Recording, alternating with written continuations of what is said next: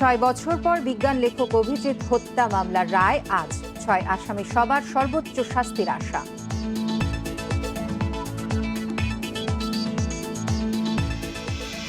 নয় দিনে করোনার টিকা নিয়েছেন 11,32,000। 70 ভাগে পুরুষ। টিকা নেওয়ার শেষে ঢাকা, চট্টগ্রাম।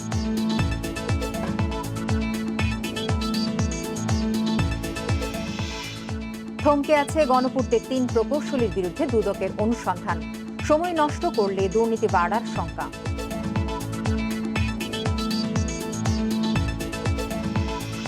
আজ ভাসানচরে যাচ্ছে আরও 1,000 রোহিঙ্গা। এর আগে 3 দফায় গেছে প্রায় 7,000 রোহিঙ্গা।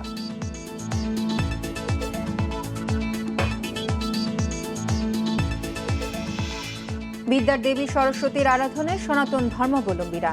করোনায় শিক্ষা প্রতিষ্ঠান বন্ধ, বাড়িতে আয়োজন।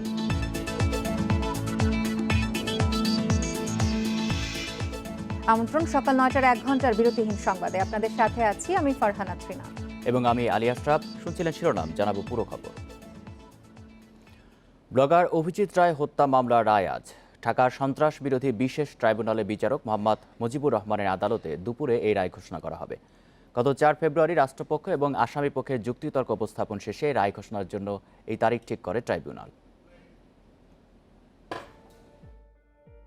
2015 সালের 26 ফেব্রুয়ারি রাতে স্ত্রী রাফিদা আহমেদ বন্যাকে নিয়ে বইমেলা থেকে বের হওয়ার সময় ঢাকা বিশ্ববিদ্যালয়ের টিএসসির সামনে হামলার শিকার হন যুক্তরাষ্ট্র প্রবাসী অভিজিৎ রায়।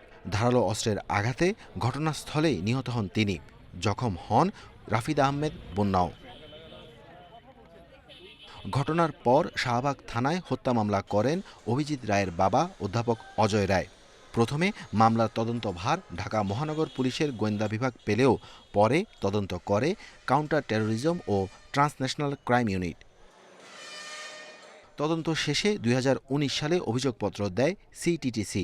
আসামি করা হয় 6 জনকে। আসামিরা জঙ্গি সংগঠন আনসার আল ইসলামের সদস্য। নিষিদ্ধ জঙ্গি সংগঠন আনসার আল ইসলামের নেতা চাকরিচ্যুত মেজর সৈয়দ জিয়াউল হক জিয়ার নির্দেশেই অভিজিতের উপর হামলা করা হয় বলে অভিযোগপত্রে উল্লেখ করা হয়। 4 ফেব্রুয়ারি রাষ্ট্রপক্ষ ও আসামিপক্ষের যুক্তিতর্ক উপস্থাপন শেষে 16 ফেব্রুয়ারি রায়ের তারিখ দেয় ঢাকার সন্ত্রাস বিরোধী বিশেষ ট্রাইব্যুনাল। সামাজিক এবং রাজনৈতিকভাবেও অনেক ক্ষেত্রে আমি বলবো অপরাধীরা মোটিভেটেড হয়ে থাকে। যখন আসলে একটা বিচারহীনতার সংস্কৃতি তৈরি হয়ে যায় সমাজ, যখন রাষ্ট্রীয় এবং ধর্মীয় পেট্রোনাইজেশন থাকে, তখন কিন্তু এই ধরনের অপরাধগুলো আসলে সমাজে দেখা দেয়। অভিজিৎ হত্যাকে মুক্ত চিন্তায় বাধাগ্রস্ত করার চেষ্টা হিসেবে দেখছেন বুদ্ধিজীবীরা। আমি যতদূর জানি অভিজিৎ রায়ের স্ত্রী বন্যা আহমেদ কিছুদিন আগেও লিখেছেন যে এই বিচার প্রক্রিয়ায় একবারও তার সাথে যোগাযোগ করা হয়নি। যারা লিখতে পারতেন, যারা লিখবেন, তাদের কলম কিন্তু অনেক সময় থেমে যায়। অধ্যাপক অজয় রায় কি দুঃখ নিয়ে, একজন মুক্তিযোদ্ধা বুদ্ধিজীবী, দেশের বরেণ্য বুদ্ধিজীবী, তিনি কিন্তু জীবনের শেষ দিনগুলো তিলে তিলে অপেক্ষার প্রহর গুনে তিনি মৃত্যুবরণ করলেন। বিজ্ঞানের নানা বিষয় নিয়ে লেখালেখির পাশাপাশি মুক্তমনা ব্লগ সাইট পরিচালনা করতেন অভিজিৎ রায়। জঙ্গিদের হুমকির মুখেও বইমেলায় অংশ নিতে দেশে এসেছিলেন তিনি। Arafatur Rahman, Independent News, Dhaka. টিকাদান কার্যক্রম শুরু হওয়ার 9ম দিন পর্যন্ত টিকা নিয়েছেন 11,32,711 জন মানুষ। এর মধ্যে বরিশাল ও ময়মনসিংহ বিভাগে টিকা নেয়ার হার সবচেয়ে কম। টিকা নেবার ক্ষেত্রে শীর্ষে আছে ঢাকা ও চট্টগ্রাম বিভাগ। আর টিকা নেওয়াদের মধ্যে 70% পুরুষ। সময়ের সাথে সাথে টিকার প্রতি আগ্রহ বাড়ছে মানুষের। 7 ফেব্রুয়ারি কার্যক্রম শুরুর প্রথম দিনে যেখানে টিকা নিয়েছিলেন 31,160 জন, নবম দিনে এসে সে সংখ্যা দাঁড়িয়েছে 2,26,678 জনে। এর মধ্যে পুরুষ 7,73,624 জন এবং নারীর সংখ্যা 3,59,087 জন। গেল 9 দিনের পরিসংখ্যান বলছে টিকা কার্যক্রমে সবথেকে বেশি সাড়া দিয়েছেন ঢাকা ও চট্টগ্রাম বিভাগের মানুষ। ঢাকা বিভাগে 3,02,705 জন এবং চট্টগ্রাম বিভাগে 2,70,959 জন মানুষ টিকা নিয়েছেন। তবে ময়মনসিংহ ও বরিশাল বিভাগে মানুষের সাড়া মিলেছে সবথেকে কম। ময়মনসিংহে 50,730 জন এবং বরিশাল বিভাগে টিকা নিয়েছেন 51,523 জন মানুষ। এছাড়া রাজশাহী বিভাগে 1,28,763, রংপুর বিভাগে 1,06,634, খুলনা বিভাগে 1,28,159 এবং সিলেট বিভাগে টিকা নিয়েছেন 93,238 জন মানুষ। সবাইকে টিকা নেয়ার আহ্বান জানিয়ে জনস্বাস্থ্য বিশেষজ্ঞরা বলছেন, পুরো জনগোষ্ঠী ভ্যাকসিনেশনের আওতায় আসার আগ পর্যন্ত স্বাস্থ্যবিধি মেনে চলতে হবে। সেকেন্ড ডোজ দেওয়ার পরে 1 সপ্তাহ পরে মনে করা হয় যে বডি তার রোগ প্রতিরোধ ক্ষমতা তার পুরোপুরি রোগ প্রতিরোধ ক্ষমতা গ্রো করেছে। এই জনগোষ্ঠী ভ্যাকসিনেট করতে অনেকটা সময় লাগবে এবং তারা ফার্স্ট ডোজ দেওয়ার পরে তারা সুরক্ষিত না। সেই প্রেক্ষাপটে সবাইকে স্বাস্থ্যবিধি মেনে চলতে হবে, মাস্ক পরতে হবে। এদিকে 4 সপ্তাহ পরে টিকার দ্বিতীয় ডোজ দেবার কথা বলা হলেও সে সিদ্ধান্ত পরিবর্তন করে 8 সপ্তাহ পর টিকার দ্বিতীয় ডোজ দেবার সিদ্ধান্ত নেওয়া হয়েছে বলে জানিয়েছে স্বাস্থ্য বিভাগ। Biprajit Chanda, Independent News, Dhaka. প্রথম ডোজ করোনা টিকা দেওয়ার 8 সপ্তাহ পর দ্বিতীয় ডোজ দেওয়া হবে বলে জানিয়েছে স্বাস্থ্য অধিদপ্তর। ইন্ডিপেন্ডেন্ট টেলিভিশনকে কথা জানিয়েছেন স্বাস্থ্য অধিদপ্তরের মহাপরিচালক ABM খুরশিদ আলম। তিনি জানান, বিশ্ব স্বাস্থ্য সংস্থা এবং কোভিড সংক্রান্ত জাতীয় কারিগরি পরামর্শ কমিটির পরামর্শ অনুযায়ী দ্বিতীয় ডোজ টিকা দেওয়ার সময় এই পরিবর্তন। ইতোমধ্যে যারা টিকা নিয়েছেন তাদের দ্বিতীয় ডোজের জন্য 1 মাস পরে তারিখ দেওয়া হয়েছে। সেই তারিখ বদলে নতুন করে SMS দেওয়া হবে। গত 27 জানুয়ারি কুর্মিটোলা জেনারেল হাসপাতালের একজন নার্সকে টিকা দিয়ে বাংলাদেশে টিকাদান কার্যক্রম শুরু হয়।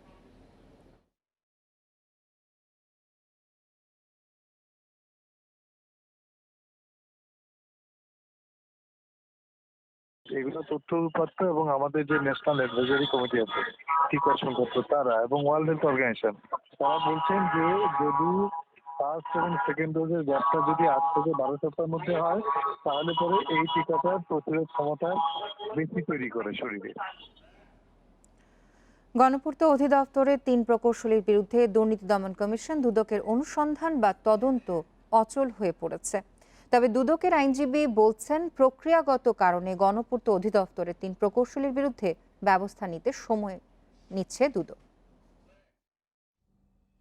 জিকে শামীম দুর্নীতি সংশ্লিষ্টতায় গণপূর্ত অধিদপ্তরের 1 ডজন প্রকৌশলীর নাম সামনে চলে আসে, যার মধ্যে অধিদপ্তরের সাবেক অতিরিক্ত প্রধান প্রকৌশলী উৎপল কুমার দের নাম সবচেয়ে বেশি এসেছে। পরে উৎপল দে ও তার স্ত্রী গোপা দের অবৈধ সম্পদের অভিযোগে মামলা করে দুদক। 6 মাস পেরিয়ে গেলেও তাদের অভিযোগপত্র দেয়নি দুদক। গণপূর্ত অধিদপ্তরের আলোচিত উপসহকারী প্রকৌশলী আলী আকবরের বিরুদ্ধেও জিকে শামীম সংশ্লিষ্টতার অভিযোগ ওঠে। অবৈধ সম্পদ অর্জন ও ক্ষমতার অপব্যবহারের অভিযোগে তার বিরুদ্ধে প্রায় 1.5 বছর ধরে অনুসন্ধান করছে দুদক। একদিকে চলছে দুদকের অনুসন্ধান, অন্যদিকে অধিদপ্তর তাকে মিরপুরে গুরুত্বপূর্ণ দায়িত্বে বদলি করেছে।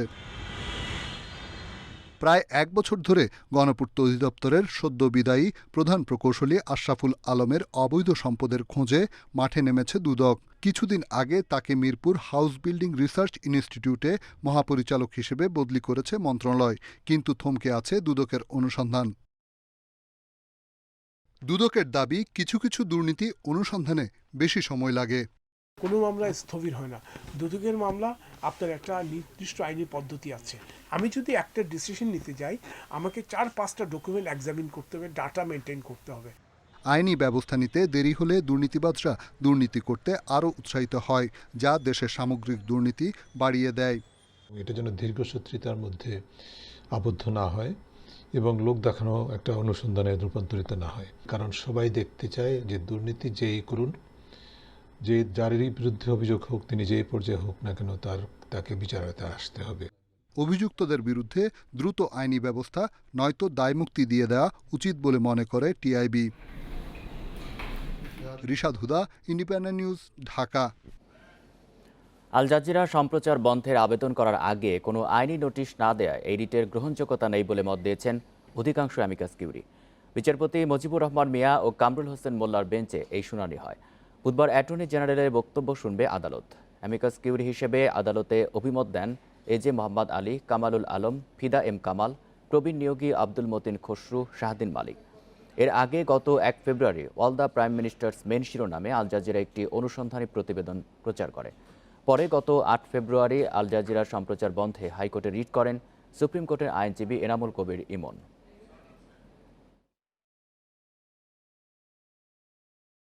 আল জাজিরা সম্প্রচারের ব্যাপারে প্রশ্ন ছিল ওই যে all the Prime ministers man ওই ডকুমেন্টারিটা বন্ধ করা। এখানে আমরা প্রায় সবাই বলেছি যেটা এতদিন হয়ে গেছে, এত জায়গায় প্রচারিত হয়ে গেছে এবং অন্যান্য এত ডিভাইসে চলে গেছে যে এক জায়গায় দুই জায়গায় সম্প্রচারণ বন্ধ করলে এটা লোকে এটা দেখা থেকে বিরত রাখা যাবে না। আল জাজিরার প্রতিবেদনে সেনাবাহিনী সম্পর্কে অসংখ্য ভুল তথ্য পরিবেশন করা হচ্ছে। এর ফলে জনমনে বিভ্রান্তি সৃষ্টি হচ্ছে বলে জানিয়েছেন আন্তঃবাহিনী জনসংযোগ পরিদপ্তর। সোমবার রাতে এক বিবৃতিতে কথা জানায় তারা। আল জাজিরায় প্রচারিত all the Prime Minister's main প্রতিবেদনে বাংলাদেশ সেনাবাহিনী সম্পর্কে দেয়া বক্তব্যের জবাবে আইএসপিআর জানায়, বাংলাদেশ সরকার ও সেনাবাহিনী এবং জনগণকে হেয় প্রতিপন্ন করার উদ্দেশ্যে প্রতিবেদনটি প্রচারিত হচ্ছে। বিচ্ছিন্ন ঘটনার সাথে উদ্দেশ্য প্রণোদিতভাবে অনুমান নির্ভর তথ্য দিয়ে বিতর্কের জন্ম দেবার অপচেষ্টার প্রতিবাদ জানানো হচ্ছে বিবৃতিতে। গত 1 ফেব্রুয়ারি রাতে all the Prime Minister's Men শিরোনামে একটি প্রতিবেদন প্রচার করে আল জাজিরা। এর প্রতিক্রিয়ায় পররাষ্ট্র মন্ত্রণালয় এক বিবৃতিতে আল জাজিরার ওই প্রতিবেদনকে মিথ্যা ও মানহানিকর হিসেবে বর্ণনা করে। দেখছেন বিরতিহীন সংবাদ। সংবাদে আরো যা থাকছে। জাসদ নেতা কাজী আরেফ হত্যার 22 বছর, হুমকি দিচ্ছে পলাতক মৃত্যুদণ্ডপ্রাপ্ত 5 আসামি, অভিযোগ স্বজনের।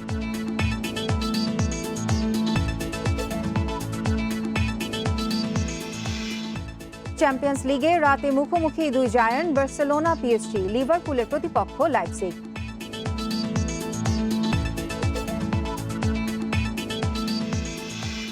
চতুর্থ দফার দ্বিতীয় ধাপে আজ ভাসানচরে যাবেন আরও প্রায় 1006 রোহিঙ্গা।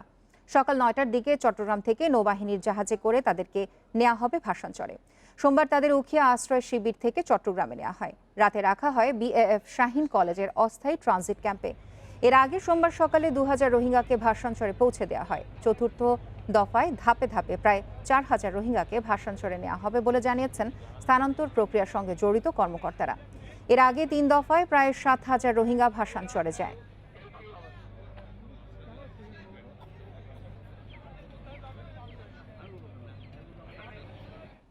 এ নিয়ে আরো জানাতে চট্টগ্রাম থেকে যোগ দিচ্ছেন সহকর্মী অনুপম শীল। অনুপম, আজ তো রোহিঙ্গাদের নিয়ে যাওয়ার কথা আছে ভাসানচরে। এর আগে সংবাদে আপনি জানাচ্ছিলেন যে কুয়াশার কারণে, আবহাওয়া পরিস্থিতির কারণে তখনও জাহাজ রওনা হয়নি। তো রোহিঙ্গাদের কখন নিয়ে এই জাহাজ যাত্রা শুরু হবে, সেখানকার সার্বিক পরিস্থিতি জানাবেন। হ্যাঁ, আসলে আমরা এখন আছি পতেঙ্গার বোট ক্লাব যে ঘাট রয়েছে সেখানে, এবং আমার পেছনেই যদি একটু দেখেন, এখানে ইতোমধ্যে কিন্তু 4টি জাহাজ যেগুলোতে করে রোহিঙ্গাদের নিয়ে যাওয়ার কথা ভাসানচরে, সেগুলো প্রস্তুত করা হয়েছে। এবং আজকে আমরা এখনো পর্যন্ত যতটা খবর পেয়েছি যে 1009 জনকে ভাসানচরে নিয়ে যাওয়া হবে। তো কুয়াশার কারণে কিছুটা বিলম্ব হচ্ছে, তবে ঠিক কবে নাগাদ এই পরিবহন কার্যক্রমটি শুরু হবে সেটি এখনো স্পষ্ট করে বলা যাচ্ছে না। কারণ আমরা গতকালকেও যেমনটা দেখেছি যে 9টার মধ্যে কিন্তু এখানে যে ট্রানজিট ক্যাম্প আছে, অর্থাৎ বিএফ শাহীন কলেজে, সেই ট্রানজিট ক্যাম্প থেকে এখানে ঘাটে 9টার মধ্যেই কিন্তু যারা যে সমস্ত রোহিঙ্গারা যাওয়ার কথা তাদেরকে নিয়ে আসা হয়। কিন্তু আজকে এখনো আসলে কাউকে এখনো আনা হয়নি।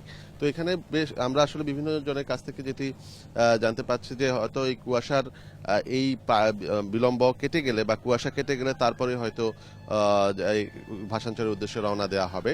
কারণ ইতিমধ্যে আমরা এখানে যে সমুদ্র পথে যে যাত্রা তাতে কুয়াশার কারণে যাতে কোনো সমস্যা তৈরি না হয় সেটি কিন্তু এখানে অত্যন্ত গুরুত্ব দিয়েই দেখা হচ্ছে। তো গতকালকে 2000-এর মতো নিয়ে যাওয়া হয়েছিল, আজকে 1009 জন নিয়ে যাওয়া হচ্ছে। তো এই চতুর্থ দফায় মূলত আমরা 3600-র মতো রোহিঙ্গাকে নিয়ে যাওয়ার কথা ছিল। তো এখানে আমরা এখনো পর্যন্ত 3000-এর কাছাকাছি বা 3000-এর একটু বেশি রোহিঙ্গাকে কিন্তু নিয়ে যাওয়ার বিষয়টি নিশ্চিত হতে পেরেছি। আর মূলত এই রোহিঙ্গা যে ভাসানচরে নিয়ে যাওয়ার যে কার্যক্রম, তাতে এর আগে 3 দফায় মূলত 6688 জনকে ভাসানচরে স্থানান্তর করা হয়েছে। গত ডিসেম্বরের 4 তারিখ প্রথম দফায় 1642 জন, তারপর 29 তারিখে 1804 জন, এবং চলতি বছরের 29 ও 30 জানুয়ারি তৃতীয় দফায় মোট 3242 জনকে ভাসানচরে নিয়ে যাওয়া হয়েছে। তো আমরা এখন অপেক্ষায় আছি মূলত। তবে শেষ পর্যন্ত এখানে আমরা যতদূর জানি যে 1 লাখ রোহিঙ্গাকে ভাসানচরে নিয়ে যাওয়ার কথা আছে, এবং ধাপে ধাপে হয়তো এই সংখ্যাটি আরো বাড়বে। তবে আজকের যে তথ্য তাতে এখনো কিন্তু এই ভাষাঞ্চলের স্থানান্তর কার্যক্রম এখনো শুরু করা যায়নি। রোহিঙ্গাদের ভাষাঞ্চল যাত্রা নিয়ে সর্বশেষ খবরাখবর জানাচ্ছিলেন চট্টগ্রাম থেকে সহকর্মী অনুপম শীল। জাসদ নেতা কাজী আরেফ হত্যার 22 বছর আজ। 1999 সালের 16 ফেব্রুয়ারি ব্রাশ ফায়ারে হত্যা করা হয় তাকে। এ মামলায় জামিন নিয়ে এক যুগেরও বেশি সময় ধরে পলাতক মৃত্যুদণ্ড পাওয়া 5 আসামি। তারা প্রকাশ্যে ঘোরাফেরা শুধু নয়, সাক্ষীদের হুমকি ধমকি দিচ্ছে বলেও অভিযোগ আরেফ পরিবারের। আইনজীবীরা মনে করেন আইনি দুর্বলতার কারণেই দণ্ডপ্রাপ্তরা এই সুযোগ পাচ্ছে।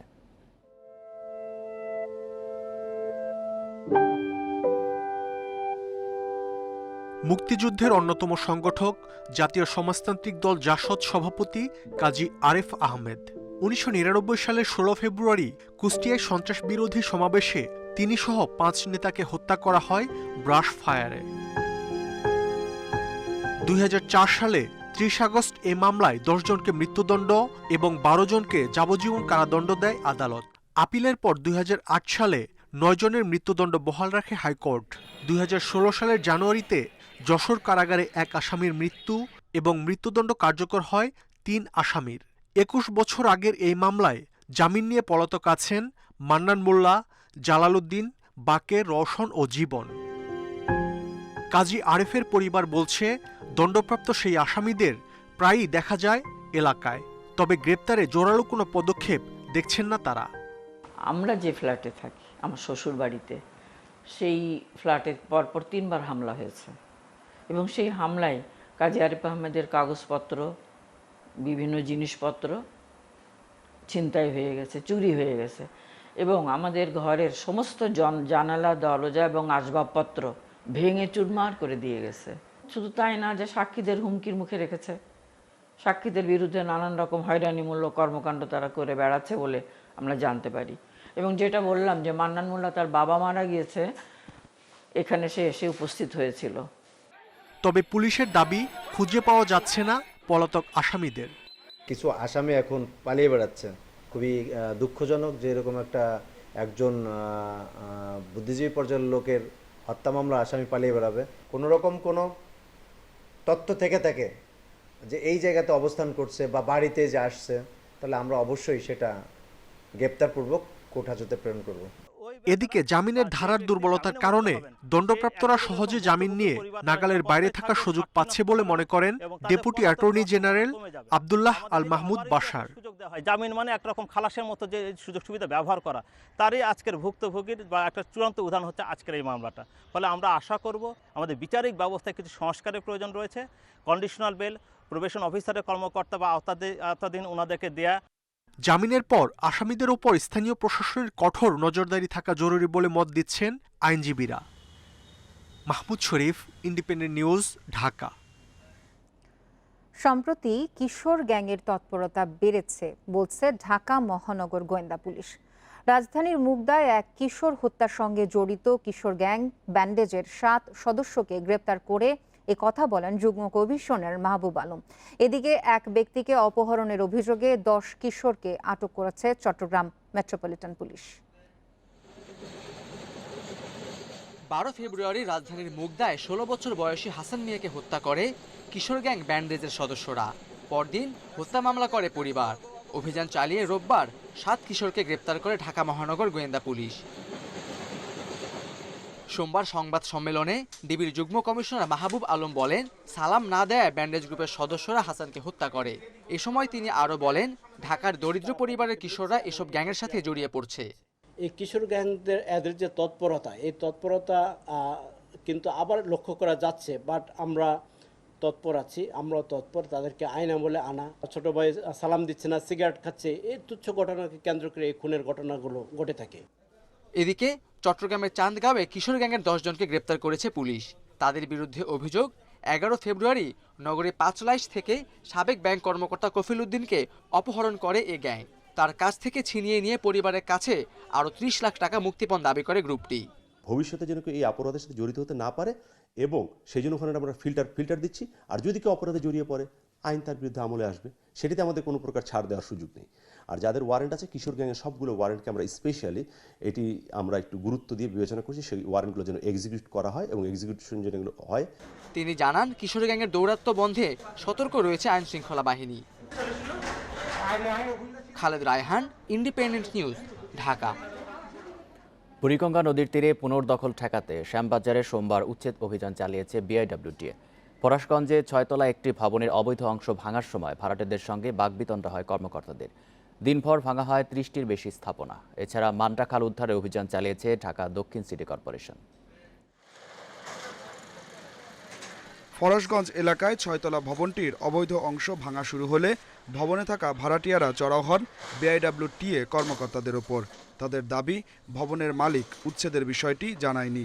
অভিযানের কারণে ভবনে থাকা গুরুত্বপূর্ণ মালামাল ক্ষতিগ্রস্ত হয়েছে। সীমানা বললি গেছে, শেষে আবার 2জন ইঞ্জিনিয়ার আছে, এরপর দ্বিতীয় পিলের দিয়ে গেছে, কইছি আর পর আর ওদিকে যাবে না। আমাদের সামনে হয়েছে এক পাট ঢালাই দিছে, আবার পরে আরেক পাট ঢালাই দিছে, এবার 2বার ঢালাই দেওয়া হয়েছে। এটা বুড়িগঙ্গা নদীর তীরে পুনর্দখল ঠেকাতে সোমবার সকাল 10:30টায় শ্যামবাজার থেকে অভিযান শুরু করে বিআইডব্লিউটিএ। এ সময় একটি বহুতল ভবন এবং 30টির বেশি টিনের ঘর ভেঙে দেওয়া হয়। বিআইডব্লিউটিএ কর্মকর্তারা জানান, ভবন মালিকদের আগে নোটিশ দেওয়া হয়েছে, তবে তারা সাড়া দেননি। টিনের ঘর এই বিল্ডিং শুধু ভাঙবো আমরা, যতটুকু সীমানা পিলার ভিতর পরে এই বিল্ডিং ভাঙবো, সামনে সব স্থাপনা ভেঙে আমরা ক্লিয়ার করে দিব এবং 22 ফিট পরে একটা সীমানা পিলার দিব, আর ওই পাশে 56 ফিট পরে একটা সীমানা পিলার দিব। এই কাজ অবশ্যই নদীর জায়গা, আপনাকে ম্যাপ দেখেন। এদিকে খাল উদ্ধারে মান্ডা এবং মানিকনগর এলাকায় উচ্ছেদ অভিযান চালিয়েছে ঢাকা দক্ষিণ সিটি কর্পোরেশন। মান্ডা খালের অধিকাংশ ভবনই তৈরি হয়েছে খালের জায়গায়, তবে খালপাড়ে রাস্তা না থাকায় হাতুড়ি দিয়ে ভাঙা হচ্ছে এসব অবৈধ স্থাপনা। আমরা সকলকে বলেছি আপনাদের নিজস্ব ক্ষয়ক্ষতি কমানোর জন্য নিজেরাই নিজেদের যে স্থাপনাটুকু খালের অংশ পড়েছে সেটুকু সরিয়ে নেওয়ার জন্য। ভবন মালিকরা অধিকাংশই তাদের নিজেদের যেটুকু অংশ খালের অংশে পড়েছে তারা নিজেরাই নিজস্ব লোক দিয়ে ভেঙে অপসারণ করছে। এরপরেও কিছু স্থাপনা রয়েছে যেগুলি ছোটোখাটো স্থাপনা, এগুলি আমরা নিজস্ব লেবার দিয়ে অপসারণ করছি। খাল এবং নদীর জায়গা দখলমুক্ত করতে অভিযান অব্যাহত রাখার কথা জানিয়েছে বিআইডব্লিউটিএ এবং ঢাকা দক্ষিণ city corporation. Adilur Rahman, Independent News, Dhaka. দোকানীদের বিক্ষোভ ও পুলিশের সাথে সংঘর্ষের পরে উচ্ছেদ হওয়া রাজধানীর সুন্দরবন স্কয়ার এবং ফুলবাড়িয়া 2 সুপারমার্কেটে অবৈধ দোকানে আবারও পসরা সাজিয়ে বসেছেন ব্যবসায়ীরা। ঢাকা দক্ষিণ সিটির নজরদারি না থাকায় উচ্ছেদের 2 মাসের মাথায় আবারও বসার সুযোগ পেয়েছেন বলছেন তারা। তবে নগর কর্তৃপক্ষের দাবি, মার্কেট দুটিতে তাদের নজরদারি আছে। উচ্ছেদ হওয়া ব্যবসায়ীদের ফিরে আসার কোনো সুযোগ নেই। 8 ডিসেম্বর ফুলবাড়িয়া সুপারমার্কেট 2-এ উচ্ছেদ অভিযান চালায় ঢাকা দক্ষিণ সিটি কর্পোরেশন।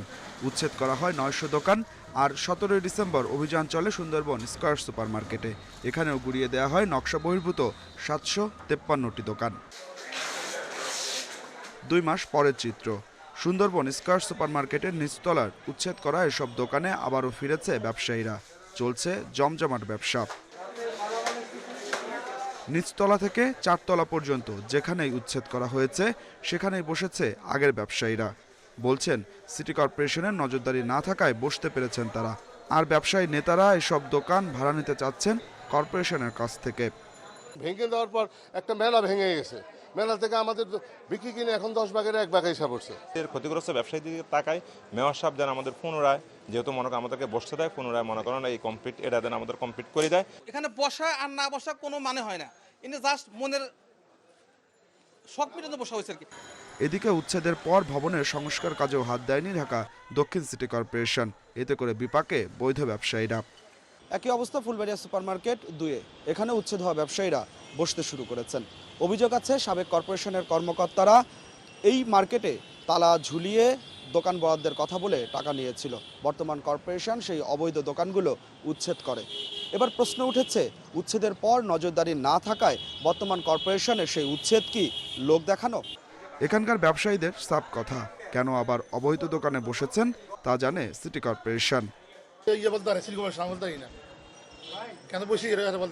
ভাঙনের পরের থেকে যা দেন সব মনে করেন, এই যে এক মহাজন মনে করেন 2-3টা ভাঙা ভালাইছে মনে করেন, এইভাবে রাস্তার মধ্যে ফুটে বয়ারিছে। তবে দক্ষিণ সিটির প্রধান সম্পত্তি কর্মকর্তা জানিয়েছেন, মার্কেট দুটিতে তাদের নজরদারি রয়েছে। কোনো অবৈধ দোকান বসতে দেওয়া হবে না। আমাদের ভাঙার ফলে যে ক্ষতি হয়েছে বিল্ডিংয়ের, সেখানে এস্টিমেটের কাজ চলছে। সেখানে সেটি কমপ্লিট হয়ে গেলে সেগুলো মেরামতের কাজ শুরু হবে। মেরামত কাজ শুরু হলে সেখানে নতুন করে ব্যবসায়ীদের আর ওখানে বসার কোনো সুযোগ নেই। যদি উচ্ছেদের পর কেউ অবৈধ দোকান বসিয়ে ব্যবসা শুরু করে তাদের আবারও সরিয়ে দেওয়া হবে, জানিয়েছে DSCC. Adilur Rahman, Independent News, Dhaka. বিদ্যার দেবী সরস্বতীর আরাধনা করছেন সনাতন ধর্মাবলম্বীরা। শাস্ত্রমতে প্রতি বছর মাঘ মাসের শুক্লপক্ষের পঞ্চমী তিথিতে কল্যাণময়ী বিদ্যা দেবীর বন্দনা করা হয়। তবে এবার করোনার কারণে শিক্ষা প্রতিষ্ঠান বন্ধ থাকায় বাড়িতেই হচ্ছে পূজার আয়োজন। সকালে শুরু হয় পূজা অর্চনা এবং অঞ্জলি প্রদান। সনাতন ধর্মাবলম্বীদের মতে দেবী সরস্বতী সত্য, ন্যায় ও জ্ঞানালোকের প্রতীক, বিদ্যা, বাণী ও সুরের অধিষ্ঠাত্রী। রাজধানী সহ সারা দেশের বিভিন্ন মন্দিরে পূজা ছাড়াও অন্যান্য অনুষ্ঠানমালায় রয়েছে পুষ্পাঞ্জলি প্রদান, প্রসাদ বিতরণ, ধর্মীয় আলোচনা সভা, সাংস্কৃতিক অনুষ্ঠান, সন্ধ্যা আরতি, আলোকসজ্জা প্রভৃতি।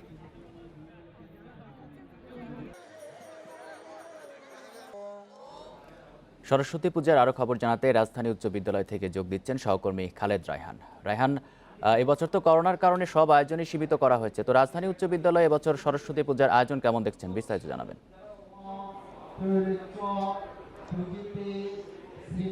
দেখুন, রাজধানী স্কুলটি রয়েছে সেখানে কিন্তু জাতীয় সংসদ ভবন কর্তৃক এই পূজার আয়োজন করা হয়েছে এবং এখানে মাননীয় সংসদের যিনি স্পিকার রয়েছেন প্রধান অতিথি হিসেবে তার আসবার কথা রয়েছে এবং ইতিমধ্যে এখানে এসে উপস্থিত হয়েছেন ভারতীয় হাই কমিশন। আমি একটু এখানকার চিত্র দেখানোর চেষ্টা করি। এখানে কিন্তু ইতিমধ্যে পূজার যে মূল আনুষ্ঠানিকতা সেটি কিন্তু কিছুক্ষণ আগে শেষ হয়ে গেছে। এখন আপনি দেখতে পাচ্ছেন যিনি পুরোহিত রয়েছেন তিনি সহ পূজা মণ্ডপে আগত সকলে তারা কিন্তু এখানে যে বাদবাকি যে আনুষ্ঠানিকতা রয়েছে সেগুলো তারা পালন করছেন এবং তারা এখানে পাশাপাশি পূজার যে আরো যে আনুষ্ঠানিকতা সেগুলো কিন্তু আসলে কিছুটা করে চলছে এবং আনুষ্ঠানিকতার মধ্যে আমরা সীমিত পরিসরে এটি করা হবে এমনকি বলা হয়েছে অনুযায়ী আমরা দেখেছি যে এই পুরো মাঠটিকে আয়োজন মাঠের একটি অংশকে এই আয়োজনটি করা হচ্ছে এবং এখন কিন্তু পূজার যেই আনুষ্ঠানিকতা রয়েছে সেটি কিন্তু এখন চলছে। অঞ্জলি দেওয়া হচ্ছে বা আপনি দেখতে পাচ্ছেন যেই প্রসাদ যেটি বলা হয় সেটি বিতরণ করা হচ্ছে, তার পাশাপাশি ফুল এখানে যেটি রয়েছে সেটি কিন্তু দেওয়া হচ্ছে এবং এখানে কিন্তু আমরা দেখেছি যে আনুষ্ঠানিকতা পালনের ক্ষেত্রে এই স্বাস্থ্যবিধি মানার ক্ষেত্রে তারা কিছুটা চেষ্টা করেছেন যাতে স্বাস্থ্যবিধি মেনেই এই অনুষ্ঠানটি তারা সম্পন্ন করতে পারেন এবং এখন কিন্তু যে আনুষ্ঠানিকতা সেটি কিন্তু বলা যায় যে মোটামুটি মূল আনুষ্ঠানিকতার যে অংশ সেটি কিন্তু এখন পালিত হচ্ছে এবং যেমনটা আপনি বলছিলেন যে সারা শহরে কিন্তু প্রত্যেক বছর স্কুল কলেজগুলোতে বিশেষ করে এই ধরনের আনুষ্ঠানিকতাটি বেশি পালন করা হলে এবার কিন্তু সেটি করা হয়নি। বিশেষ করে ঢাকা বিশ্ববিদ্যালয়ের বিভিন্ন মাঠে আমরা দেখি যে এই আয়োজনটি করা হয়, কিন্তু সরস্বতী পূজাকে ঘিরে এবার সেই আয়োজনে কিন্তু বেশ কিছুটা সীমাবদ্ধ রয়েছে। আপনি দেখতে পাচ্ছেন যে ভারতীয় হাই কমিশনার সহ জাতীয় সংসদ ভবনে যারা সাংসদ রয়েছেন তারা কিন্তু আসলে এই অনুষ্ঠানটিতে এসছেন এবং তারা কিন্তু এখন পূজার যে আনুষ্ঠানিকতা সেটি কিন্তু আসলে এগিয়ে নিয়ে যাচ্ছেন এবং এরপরেই এখানে একটি আলোচনা সভা হওয়ার কথা রয়েছে, তার পাশাপাশি সাংস্কৃতিক অনুষ্ঠান হওয়ার কথা রয়েছে। এখানে কিন্তু ভারতীয় হাই কমিশনার যিনি রয়েছেন তিনি এখন আসন গ্রহণের পাশাপাশি সকলের সঙ্গে কুশল বিনিময় করছেন এবং এই যে পূজার যে বিষয়টি যেটা আপনি বলছিলেন যে এই বিদ্যার দেবী সরস্বতী এই বিদ্যার দেবীকে মনে করা হয়, হিন্দু ধর্মাবলম্বীরা বিশ্বাস করেন যে আজকের দিনে পূজা অর্চনার মাধ্যমে জ্ঞানের যে বিকশিত লাভ সেটি কিন্তু করা সম্ভব। আপনি দেখতে পাচ্ছেন যে এখন যেই সাংস্কৃতিক অনুষ্ঠানটি হওয়ার কথা রয়েছে সেটি কিন্তু ইতিমধ্যেই শুরু হয়ে গেছে। মূল কথা হচ্ছে যে পূজা মণ্ডপের যে আনুষ্ঠানিকতা সেটি কিন্তু আনুষ্ঠানিক পূজা ইতিমধ্যেই শেষ হয়ে গেছে। এখন এরপরে অঞ্জলি দেওয়া হয়েছে, এরপরে প্রসাদ বিতরণ করা হয়েছে, এখন কিন্তু এইখানে সাংস্কৃতিক অনুষ্ঠানের আয়োজন করা হচ্ছে। সব মিলে কিন্তু যে কয়েকটি স্তরে অনুষ্ঠানটি ভাগ করা হয়েছিল সেটি কিন্তু ইতিমধ্যেই হয়ে গেছে এবং চলছে আনুষ্ঠানিকতা এবং আরেক পাশে পুরোহিত যিনি রয়েছেন তিনি কিন্তু এখনো পূজা মণ্ডপের এখানে রয়েছেন এবং এখানে কিন্তু এই সরস্বতী পূজার যে আয়োজন সেটি কিন্তু আসলে চলছে। আরেকটি বিষয় জানিয়ে রাখতে চাই যে ঢাকা বিশ্ববিদ্যালয়ের যে জগন্নাথ হল রয়েছে সেখানেও বড় একটি আয়োজন হয়ে থাকে, সেটিও কিন্তু আসলে হচ্ছে কিছুটা সীমিত পরিসরে। তো সব মিলিয়ে বলা যায় যে সরস্বতী পূজার যে আনুষ্ঠানিকতা প্রত্যেক বছর থাকে সেটি কিন্তু এবার অনেকটাই সীমিত করা হয়েছে। সীমিত করে কিন্তু এই সীমিত পরিসরে এই পূজাটির আয়োজন করা হচ্ছে, স্বাস্থ্যবিধি মেনে সবাই সেটি পালন করার চেষ্টা করছে। রাজধানী উচ্চ বিদ্যালয় থেকে জানাচ্ছেন সহকর্মী খালেদ রায়হান। 22 ফেব্রুয়ারি দ্বিতীয় চালানে আরও 20 থেকে 30 লাখ করোনার টিকা আসছে বলে জানিয়েছেন বেক্সিমকো ফার্মাসিউটিক্যালসের ব্যবস্থাপনা পরিচালক নাজমুল হাসান পাপন। কুর্মিটোলা জেনারেল হাসপাতালে টিকা নেওয়ার পর তিনি এ তথ্য জানান। সরকারিভাবে পর্যাপ্ত টিকা আসায় এখনই বেসরকারিভাবে আনার কোনো পরিকল্পনা নেই বলেও জানান তিনি। সারা দেশে টিকাদান কার্যক্রমের ৮ম দিনে কুর্মিটোলা জেনারেল হাসপাতালে টিকা নিলেন বেক্সিমকো ফার্মাসিউটিক্যালসের ব্যবস্থাপনা পরিচালক নাজমুল হাসান পাপন। টিকা প্রদানের ব্যবস্থাপনায় সন্তোষ প্রকাশ করে তিনি জানান, টিকার দ্বিতীয় চালান আসবে 22 ফেব্রুয়ারি। অক্সফোর্ড অ্যাস্ট্রাজেনেকার এ টিকা বিশ্বের অন্যান্য টিকার চেয়ে অনেক নিরাপদ বলেও জানান তিনি। 22 তারিখে আশা করছি চলে আসবে আমাদের দ্বিতীয় চালান।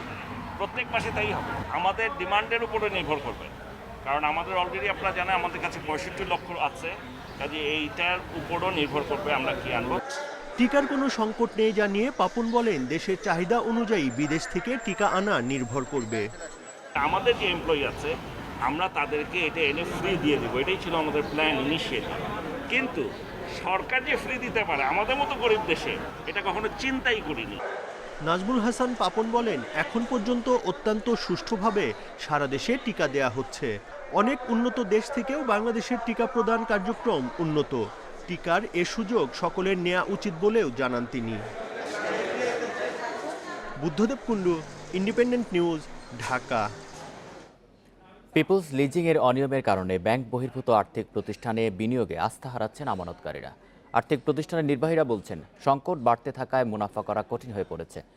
বিশ্লেষকদের মতে কেন্দ্রীয় ব্যাংকের দুর্বল তদারকি ব্যবস্থা, প্রতিষ্ঠান পরিচালনায় অদক্ষতা ও অনিয়মের কারণেই আর্থিক খাতের এই দুরবস্থা। নানা দুর্নীতি ও অনিয়মের কারণে 2019 সালের জুলাইয়ে ব্যাংক বহির্ভূত আর্থিক প্রতিষ্ঠান পিপলস লিজিং বন্ধের প্রক্রিয়া শুরু করেন বাংলাদেশ ব্যাংক। এরপর গত বছর প্রতিষ্ঠানটির অবসানের জন্য মামলা করে কেন্দ্রীয় ব্যাংক। পিকে হালদারের নানা দুর্নীতির কারণে সমস্যায় পড়ে আরও কয়েকটি আর্থিক প্রতিষ্ঠান। এর মধ্যে ঋণ ও আমানতের তথ্য গোপন, আবেদন ছাড়া পরিচালকদের ঋণ দেয়া সহ নানা অভিযোগ ওঠে উত্তরা ফাইন্যান্সের বিরুদ্ধে। বর্তমানে দেশের অন্তত 10টি প্রতিষ্ঠান গ্রাহকদের টাকা ফেরত দিতে পারছে না। খেলাপি ঋণের পরিমাণও 2 বছরে প্রায় দ্বিগুণ হয়ে গেছে। ব্যাংক বহির্ভূত আর্থিক প্রতিষ্ঠানগুলোর এমন দুরবস্থায় আস্থা হারাচ্ছেন আমানতকারীরা। কোনো লিজিং কোম্পানির প্রতি আমাদের কোনো আস্থা নেই, কোনো ফাইন্যান্স কোম্পানির প্রতি কোনো আস্থা নেই। আমরা হয়তো জানি যে তারা ভালো, কিন্তু আমরা এত বড় একটা ধাক্কা খাওয়ার পর সাহস করতে পারছি না।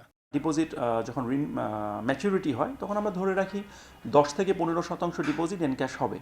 সেক্ষেত্রে আমরা দেখছি এটা এখন বেড়ে 40 থেকে 50% ডিপোজিট এনক্যাশ হয়ে যাচ্ছে। তার মানে আমরা ডিপোজিটটা লুজ করছি। তো সেটা একেবারেই শুধুমাত্র আস্থা নাই, যে আমাদের আস্থাহীনতাটা সেখান থেকে আসছে। Bangladesh leasing and finance companies association BLFCA জানায়, গত 1.5 বছরে বড় কয়েকটি প্রতিষ্ঠান ছাড়া প্রায় সবগুলোই ক্ষতির মুখে পড়েছে। সংকুচিত হয়েছে অনেকের ব্যবসাও।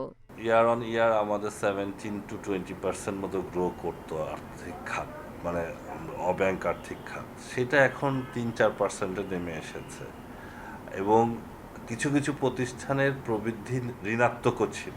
বিশ্লেষকরা বলছেন, সামঞ্জস্যপূর্ণ বাজার তৈরিতে আর্থিক প্রতিষ্ঠানগুলোর উন্নয়ন প্রয়োজন।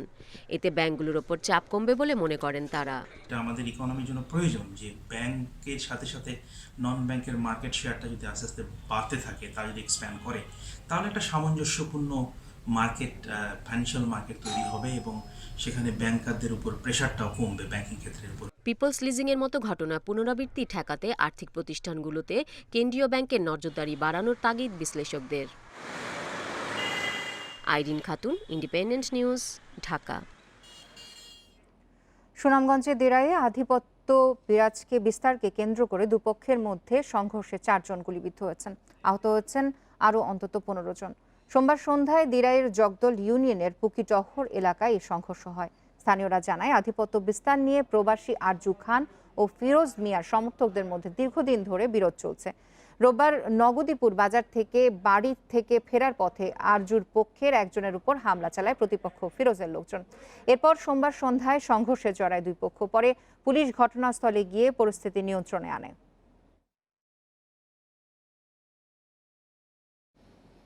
ছোটখাটো অভিযোগ নিয়ে আর কয়েক কিলোমিটার দূরের থানায় যেতে হয় না ভুক্তভোগীদের। উল্টো বিভিন্ন এলাকায় গিয়ে ভুক্তভোগীদের অভিযোগ শুনে সমাধান দিচ্ছে পুলিশ। সাধারণ মানুষের হয়রানি কমায় লক্ষ্মীপুরে তাই দিন দিন জনপ্রিয় হয়ে উঠছে বিট পুলিশিং। এই পদ্ধতিতে জেলায় গত 3 মাসে 500-র বেশি বিরোধ নিষ্পত্তি হয়েছে। রামগঞ্জ লক্ষ্মীপুর সীমান্তবর্তী এলাকার শ্যামগঞ্জ বাজারে এসেছেন পুলিশ সদস্যরা। নিজেদের সমস্যার কথা তাদেরকে জানাচ্ছেন সাধারণ মানুষ, সে অনুযায়ী সমাধান দিচ্ছেন পুলিশ কর্মকর্তারা। গত বছরের নভেম্বরে লক্ষ্মীপুরে চালু হয় বিট পুলিশিং। এরপর থেকে 5 উপজেলার 58 ইউনিয়নে প্রতি সপ্তাহে চোখে পড়ে পুলিশের এমন তৎপরতা। ওনার এইভাবে উদ্যোগটা সবসময় থাকলে এই এলাকা চুরি ডাকাতিতে সবকিছু কমে যাবে এবং এলাকার পরিবেশ এবং মাদক নিয়ন্ত্রণ চলে আসবে। এরকম পুলিশ এসে আমাদের এলাকাবাসীকে এভাবে একটা উৎসাহ দিয়েছে, আমরা এই ধরনের উৎসাহ পেয়েও সত্যি অনেক আনন্দিত। এটা সুফল আশা করি খুব সহজে পাবো যদি এই উদ্যোগটা কন্টিনিউ সার্ভ করে যাব। শুধুমাত্র সমস্যা সমাধান নয়, পুলিশের তৎপরতায় সাজাপ্রাপ্ত আসামিরাও আত্মসমর্পণ করছেন থানায়। বিট পুলিশিং চালুর পর থেকে পুলিশের ওপর সাধারণ মানুষের আস্থা বেড়েছে বলে জানান কর্মকর্তারা। 6 মাসের সাজার জন্য 15-20 বছর পলাতক ছিল। বিট পুলিশিং কার্যক্রমের মাধ্যমে সেই লোকটা যখন বুঝতে পারছে যে আমি এই 25 বছর না পলাতক থেকে বিজ্ঞ আদালতে এসে আত্মসমর্পণ করছে বা বিট পুলিশিংয়ের সাথে যারা সম্পৃক্ত এলাকার তাদের মাধ্যমে অনেক অপরাধ, তাদের সহযোগিতা অনেক অপরাধ কমছে বলে আমরা ধারণা করছি। চুরি ডাকাতি থেকে মাদক সবকিছু কমে আসছে। পুলিশ বলছে এই কার্যক্রমের ফলে 3 মাসে নারী নির্যাতন, ইভটিজিং, পারিবারিক বিরোধ সহ 500-র বেশি বিরোধ নিষ্পত্তি সম্ভব হয়েছে। মামলার সংখ্যা কমেছে 100-র বেশি। আমরা কিন্তু এই বিট পুলিশিং এর মাধ্যমে এই সমস্যাগুলো সমাধান করতে আমাদের মামলা রেকর্ডের যে সংখ্যা সেটিও কিন্তু ইতিমধ্যে হ্রাস পেয়েছে। আর এই বিট পুলিশের প্রতি এবং পুলিশের এই কার্যক্রমের প্রতি মানুষ অত্যন্ত সন্তুষ্ট এবং আন্তরিকভাবে তারা কিন্তু আমাদের এই কার্যক্রমকে স্বাগত জানিয়েছে। 5 উপজেলার 74টি কেন্দ্রে সপ্তাহে একদিন করে বসেন বিট পুলিশের ইনচার্জ। তার সহায়তায় থাকেন আরও 4 সদস্য। তাদের সাথে যোগ দেন মেয়র, কাউন্সিলর, ইউপি চেয়ারম্যান ও সদস্যরাও। Independent news desk. খনন কাজ শেষ না হওয়ায় চুয়াডাঙ্গার নবগঙ্গা, চিত্রাসহ বিভিন্ন খালবিল কচুরিপানায় ভরে গেছে। পানি প্রবাহ বন্ধ থাকায় এসব জলাশয় পরিণত হচ্ছে ময়লার ভাগাড়ে, ছড়াচ্ছে দুর্গন্ধ। মশার উপদ্রবে অতিষ্ঠ এলাকাবাসী। পানি উন্নয়ন বোর্ড বলছে স্থানীয়দের করা মামলার কারণে খনন কাজ বন্ধ থাকায় এই অবস্থা সৃষ্টি হচ্ছে। চুয়াডাঙ্গার নবগঙ্গা, চিত্রা নদী এবং কুমার নদের পানি প্রবাহ ও দূষণ রোধে 2019 সালের সেপ্টেম্বরে খনন শুরু করে পানি উন্নয়ন বোর্ড। 1 মাস পর নদীর বেশ কিছু জায়গা নিজেদের দাবি করে গত 1.5 বছরে 35টি মামলা করে স্থানীয়রা। এরপর গত 6 মাস ধরে বন্ধ আছে খনন কাজ। পানি প্রবাহ না থাকায় ময়লা, আবর্জনা ও কচুরিপানাতে ভরে গেছে এসব জলাশয়। বেড়েছে মশার উপদ্রব। খালটা পরিপূর্ণ খনন না হওয়ার পরিপ্রেক্ষিতে এই খালের কোনো স্রোত নাই, যার জন্য কচুরিপানা টোটালি ব্রেকে আছে। এখানে কোনো মাছ টাছ দেখতে তাও আর বাঁচে না, এর মধ্যে কোনো মাছ টাছ বাঁচে না, কিন্তু মশার উৎপত্তি হচ্ছে খুব বেশি এই আশেপাশে এবং দুর্গন্ধ ও দেখা দিয়েছে। আমাদের এখানে রোগ জীবাণু ছড়াচ্ছে, এটা আমাদের পরিষ্কার করা খুবই প্রয়োজন। খনন কাজ চলা নদীর অংশে স্থানীয়দের মালিকানা দাবিকে অযৌক্তিক বলছে পানি উন্নয়ন বোর্ড। মামলাগুলো আইনিভাবে মোকাবিলা করে নদ নদীর পানি প্রবাহ স্বাভাবিক করার কথা জানিয়েছেন কর্মকর্তারা। যেহেতু আমাদের ঠিকাদারের সাথে এখনও চুক্তি সম্পন্ন আছে, ঠিকাদারের কাজ শেষ হওয়ার পূর্বেই আমরা নদীটির এই কচুরিপানাগুলো পরিষ্কার করব এবং যখন আমরা কাজটা ঠিকাদারের কাছ থেকে হ্যান্ডওভার নেব, যাতে একটা সুন্দর স্বচ্ছ আমাদের খনন করা খাল এবং নদী আমরা তাদের কাছ থেকে বুঝে নিতে পারি। আগামী জুন মাসে এসব কাজের মেয়াদ শেষ হওয়ার কথা থাকলেও মামলা জটিলতায় সহসা দুর্ভোগ কমছে না বলে জানান এই কর্মকর্তা। Independent news desk. বড় দেশ হলেও ভারত কখনোই বাংলাদেশকে খাটো করে দেখে না, বরং সবচেয়ে বড় উন্নয়ন অংশীদার হিসেবে বিবেচনা করে। এদেশের সাফল্যে গর্বিত হয় ভারতও। জাতীয় প্রেস ক্লাবে এক সংবাদ সম্মেলনে এসব কথা বলেন ভারতীয় হাই কমিশনার বিক্রম দোরাইস্বামী।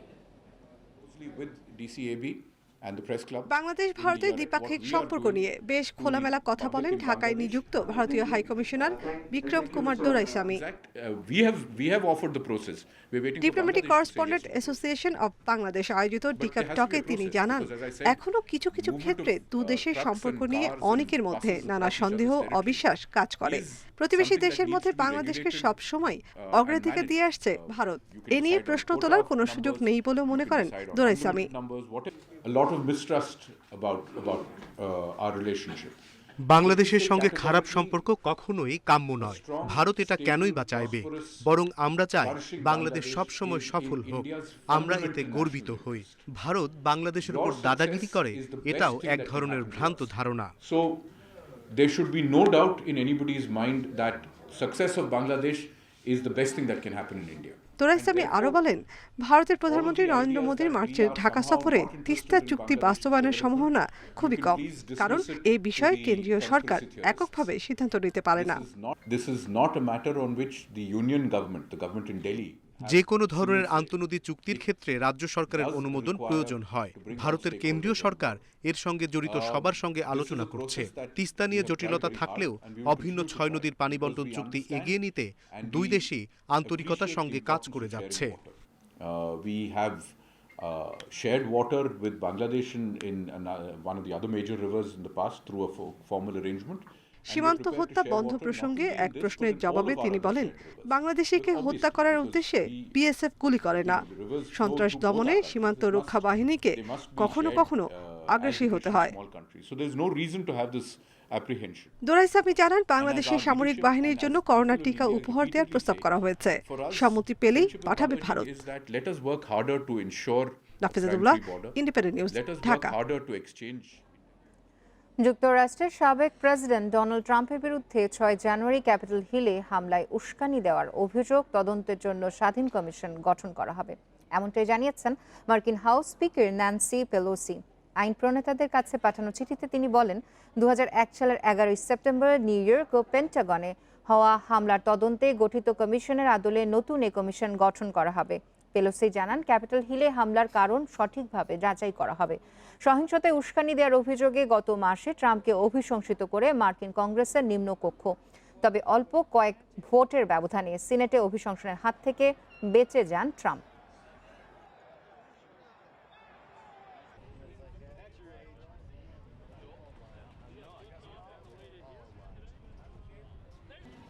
সোমবার টানা দ্বিতীয় দিনের মতো রাতের বেলা ইন্টারনেট সেবা বন্ধ রেখেছে মিয়ানমারের সেনাবাহিনী। ফেসবুক, টুইটার বা অন্যান্য সামাজিক যোগাযোগ মাধ্যম ব্যবহার করে যাতে বিক্ষোভের ডাক দেওয়া না যায়, তাই এই পদক্ষেপ। এর আগে সশস্ত্র বাহিনীকে বাধা দিলে 20 বছরের কারাদণ্ডের মুখোমুখি হতে হবে বলে বিক্ষোভকারীদের হুঁশিয়ার করে সেনাবাহিনী। বিক্ষোভ দমনে কঠোর অবস্থানে মিয়ানমারের আইনশৃঙ্খলা বাহিনী। রোববার থেকে দেশ জুড়ে টহল দিচ্ছে সেনাবাহিনীর সাজোয়া যান। রোববার রাত 1টা থেকে বিচ্ছিন্ন করা হয় ইন্টারনেট সংযোগও। তবে এসব উপেক্ষা করেই সোমবার সকাল থেকে আবারও রাস্তায় কয়েক হাজার মানুষ। দাবি, গৃহবন্দী অং সান সুচির মুক্তি ও সেনা সরকারের অবসান। মান্দালায় চলা শান্তিপূর্ণ বিক্ষোভ থেকে কয়েকজনকে আটক করা হয়েছে। ইয়াঙ্গুনেও সমাবেশ করেছে কয়েক হাজার মানুষ। এর মধ্যেই অভ্যুত্থান বিরোধী বিক্ষোভকারীদের সতর্ক করেছে মিয়ানমারের সেনাবাহিনী। সশস্ত্র বাহিনীর কাজে প্রতিবন্ধকতা তৈরি হলে হতে পারে 20 বছর কারাদণ্ড ও জরিমানা। এদিকে সোমবার আটক অং সান সুচির মুক্তির কথা থাকলেও মেয়াদ বাড়িয়েছে 2 দিন, জানিয়েছে সুচির আইনজীবী। আমরা সুচির মুক্তির জন্য এসেছি, কিন্তু বিচারকের সঙ্গে কথা বলে জানতে পেরেছি তাকে জিজ্ঞাসাবাদের মেয়াদ 17 ফেব্রুয়ারি পর্যন্ত বাড়ানো হয়েছে। বুধবার নেপিদোর আদালতে অনলাইনের মাধ্যমে যুক্ত হবেন সুচি। 1 ফেব্রুয়ারি সুচি ও প্রেসিডেন্ট সহ বেশ কয়েকজন নেতাকে গ্রেপ্তারের পর জরুরি অবস্থা জারি করে সেনাবাহিনী। পরে সুচির বিরুদ্ধে ওয়াকিটকি রাখা সহ আনা হয় বেশ কয়েকটি অভিযোগ। এরপর থেকেই রিমান্ডে আছেন তিনি। সায়রা খান, ইন্ডিপেন্ডেন্ট নিউজ। উয়েফা চ্যাম্পিয়ন্স লিগে রাতে উত্তাপ ছড়াবে 2 জায়ান্ট বার্সেলোনা পিএসজির লড়াই। আরেক ম্যাচে মুখোমুখি হবে লাইপজিগ ও লিভারপুল। দুটি ম্যাচই বাংলাদেশ সময় রাত 2টায়। 2017 সালে শেষবার মুখোমুখি হয়েছিল বার্সা পিএসজি। সেবার ফরাসি ক্লাবটিকে 6-1 গোলে বিধ্বস্ত করেছিল স্প্যানিশ জায়ান্টরা। এবারও পিএসজি বাধা টপকাতে বার্সার বড় ভরসা লিওনেল মেসি। তবে চোটের কারণে খেলতে পারছেন না পিএসজির বড় তারকা নেইমার। এবার এই ম্যাচের চাপ সামলাতে বাড়তি দায়িত্ব নিতে হবে এমবাপ্পেকে। আরেক ম্যাচে লাইপজিগের আতিথ্য নেবে লিভারপুল। করোনা ঝুঁকিতে খেলা হবে নিরপেক্ষ ভেন্যুতে। অলরেডসদের সাম্প্রতিক ফর্ম মোটেও সুবিধার নয়। সবশেষ 3 ম্যাচেই হেরেছে ক্লপের শিষ্যরা।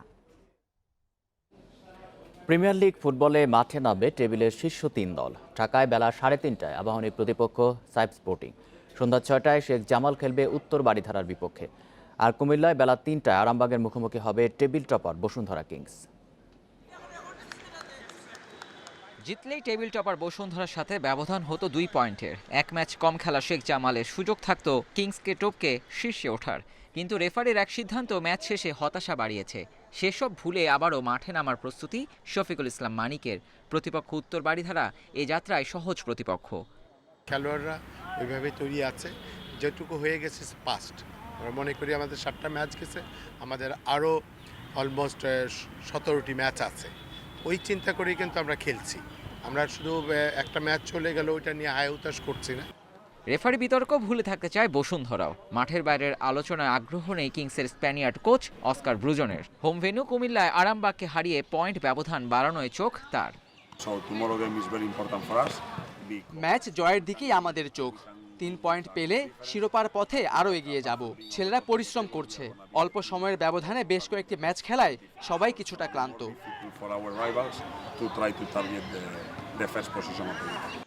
জামালকে টপকে টেবিলের 2-এ ওঠা আবাহনী শেষ ম্যাচে পাওয়া বড় জয় ছন্দে ফেরার ইঙ্গিত দিয়েছে। যদিও প্রতিপক্ষ সাইফ স্পোর্টিং হওয়ায় নির্ভর থাকার সুযোগ নেই। সাইফ স্পোর্টিং দারুণ খেলছে, ওদের বিপক্ষে আমাদের সেরাটা দিতে হবে। দলে বেশ কিছু ইনজুরি আছে, তবে তোরেস বেলফোর্টরা দারুণ ছন্দে আছে। নবম রাউন্ডের প্রথম দিনে উত্তাপ ছড়াচ্ছে টেবিলের শীর্ষ 3 দল মাঠে নামায়। Abidur Rahman, Independent News, Dhaka. Premier লিগে বসুন্ধরা কিংসের বিপক্ষে শেখ জামালের গোল বাতিলের বিষয়টি পর্যালোচনার জন্য ফিফার শরণাপন্ন হয়েছে বাফুফে। বিতর্কিত ওই মুহূর্তের ভিডিও ফুটেজ পাঠানো হচ্ছে ফুটবলের সর্বোচ্চ সংস্থায়। শিগগিরই ঘরের ফুটবলে ভিআর প্রযুক্তি সংযোজনের কথা ভাবছেন বাফুফের সভাপতি কাজী সালাউদ্দিন। রেফারির সিদ্ধান্ত ভুল নাকি সঠিক সে নিয়ে আলোচনা এখন ফুটবল পাড়ায়। শুধু শেখ জামাল বসুন্ধরার ম্যাচই নয়, অভিযোগ আরও কয়েকটি ম্যাচ নিয়ে। শেখ জামাল ক্লাবের করা অভিযোগ নিয়ে বাফুফেও সিরিয়াস। ফুটেজ বিশ্লেষণ আর রেফারির বক্তব্য শুনেছেন খোদ বাফুফে বস। জানালেন সিদ্ধান্ত যাচাইয়ে সহায়তা চাওয়া হয়েছে ফিফার। স্ট্রাইকারের হাত গোটা ডিফেন্ডারের উপরে, আবার আরেক সাইড থেকে দেখলে বোঝা যায় না। So it's very difficult to give a judgement. আমরা যেটা করেছি, আমাদের অফিস এই ভিডিওটাকে অলরেডি ফিফায় পাঠিয়ে দিয়েছে যে ফিফার ওপিনিয়নের জন্য। তাহলে আমরা বুঝতে পারবো যে ওইখানে তো ওয়ার্ল্ডের টপ এক্সপার্টরা আছে। সো ওইটা যতক্ষণ ধরে না আসে, আই ডোন্ট থিঙ্ক আমার কোনো কমেন্টস করা উচিত। বেশ কয়েকটি ক্লাবের পক্ষ থেকে ভিডিও অ্যাসিস্ট্যান্ট রেফারি প্রযুক্তি চালুর দাবি উঠেছে। বাফুফের সভাপতিও ইতিবাচক। ছোট পরিসরে হলেও দেশের ফুটবলে আনতে চান নতুন প্রযুক্তি। এই জন্য যতই কষ্ট হোক, ফেডারেশনের one of the main priority আমার, অ্যান্ড ফেডারেশনের মেন প্রায়োরিটি হলো ভিআর আনা। বিকজ আই অলসো ফিল যে একটা টিম প্র্যাকটিস করছে, ট্রেনিং করছে, করে ম্যাচ জিততে আসছে, এবং রেফারির দোষে যদি সে হারে, এর থেকে দুঃখের বিষয় কিছু নয়। ওই ম্যাচের রেফারি জালাল উদ্দিনের বিরুদ্ধে পক্ষপাতিত্বের অভিযোগ উঠেছে। প্রয়োজনে তদন্ত করে দেখার কথা জানান বাফুফের সভাপতি। Abidur Rahman, Independent News, Dhaka. এই মুহূর্তে সেনানিবাসে বক্তব্য রাখছেন সেনাপ্রধান আজিজ আহমেদ। আমরা সরাসরি সেখানে চলে যাচ্ছি। আপনি আরেকটা জিনিস প্রশ্ন করেছেন, বারবার কেন আমাকে টার্গেট করা হয়। আমার মনে হয় যে সেটা দায়িত্ব আমি আপনাদের উপরে ছেড়ে দিলাম। আপনারাই বুঝে নেন, খুঁজে নেন কেন বাংলাদেশ সেনাবাহিনীর সেনাপ্রধানকে টার্গেট করা হচ্ছে। কারণ এই সেনাপ্রধানকে বাংলাদেশ সরকারের মাননীয় প্রধানমন্ত্রী নিয়োগ দিয়েছে। সেনাপ্রধানকে হেয় প্রতিপন্ন করা মানে আমাদের মাননীয় প্রধানমন্ত্রীকে হেয় প্রতিপন্ন করা। আপনাদেরকে এই জিনিসটা বুঝতে হবে।